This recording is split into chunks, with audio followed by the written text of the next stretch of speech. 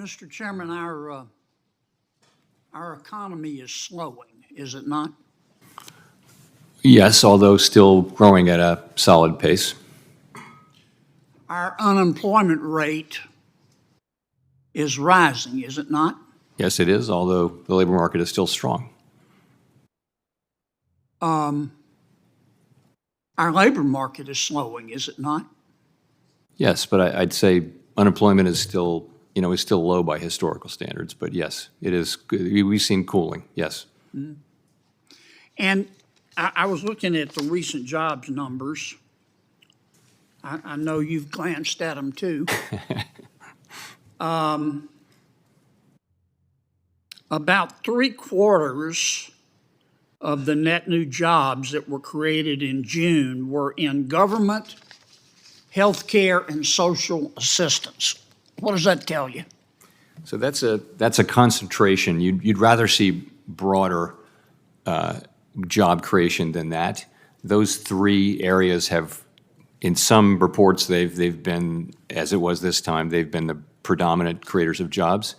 That tells you that job creation is becoming less broad in the economy and it's narrowing. It tells you that government's creating those jobs, doesn't it?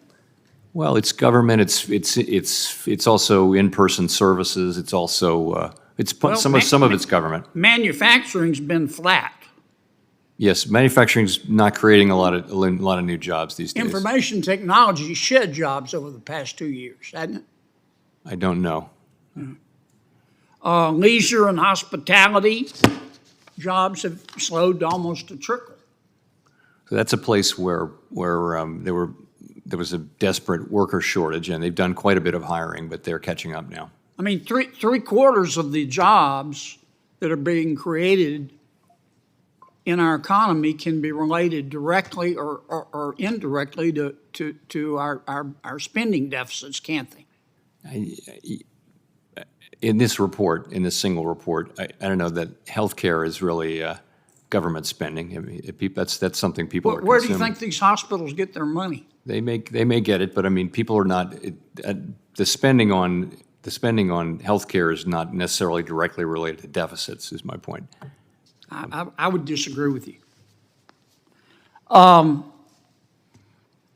mean, here's my point. We talk a lot about expectations in terms of inflation. How if we expect there to be inflation, we'll get inflation. It seems to me that consumer expectations play a bigger role in the economy than we cede to them. Most of our economy in America is consumer-driven, is it not? Yes. Unlike, say, China, which is manufacturing-driven. Very much so. And I listened to you cite the statistics about the economy, but most Americans don't feel good about the economy, do they? No, and we don't tell people how to feel about the economy. I mean, isn't it a fact that most people, if you ask them to define Bidenomics, they would say that's easy. We get to pay more to live worse. I wouldn't touch You don't want to answer that. a sentence with that word in it. Yeah. Yeah. I mean, we can pretty this up all I guess my point is, and I know you're going to do this anyway, but I'd be really careful with this economy. I mean, people just don't feel better off today. And one can marshal a persuasive argument that, well, you should, compared to Europe or compared to China, compared to Canada. But feelings are feelings. People don't feel good about this economy. And it's primarily because of inflation. Let me use my final 30 seconds to ask you. I listened to my good friend, the chairman, give his opening statement. Do you think inflation was caused by corporate greed? I hate to comment on something the chairman was speaking about. I'll go ahead.